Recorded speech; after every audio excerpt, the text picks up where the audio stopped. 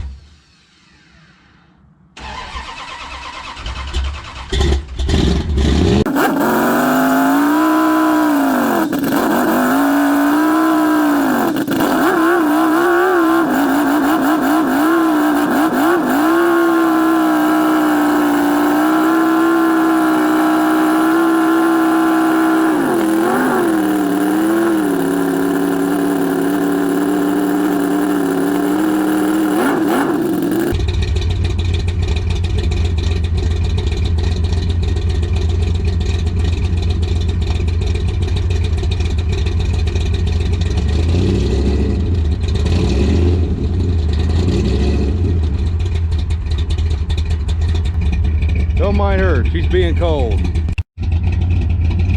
So, I never rev an engine I care about until it's warm, and now we're up to temperature. We're gonna walk you around.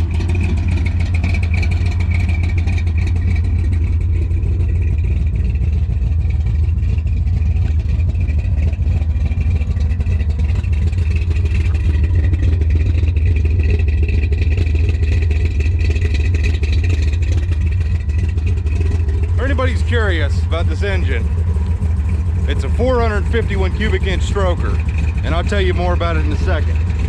Right now we're just doing show and tell.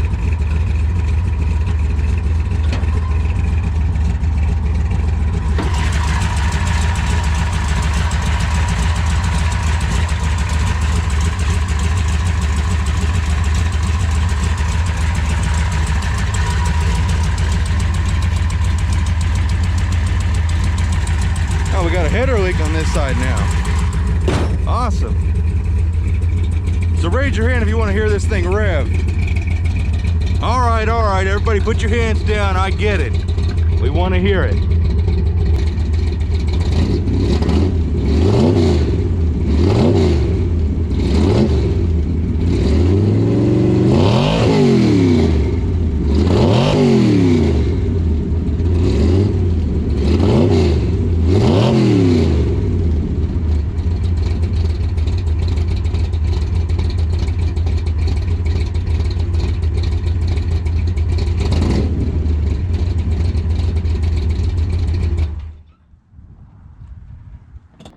Now that's over.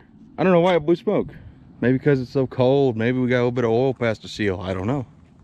But for anybody who was curious, I don't know why I shut this hood. I gotta say this.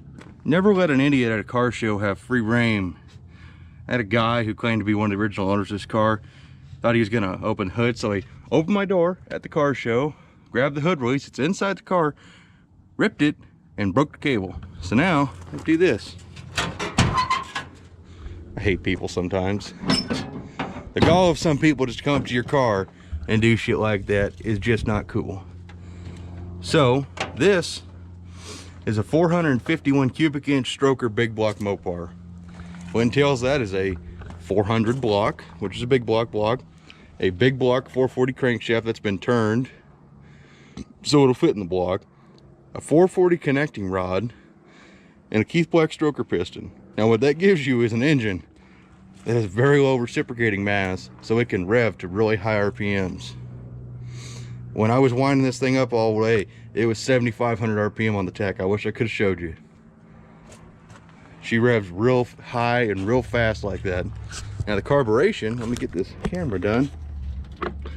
These are 3 Holley 2 barrels, regular 2 barrels that I cut up and made fit on this intake. This is an aftermarket 6-pack intake, and it's all mechanical progressive linkage.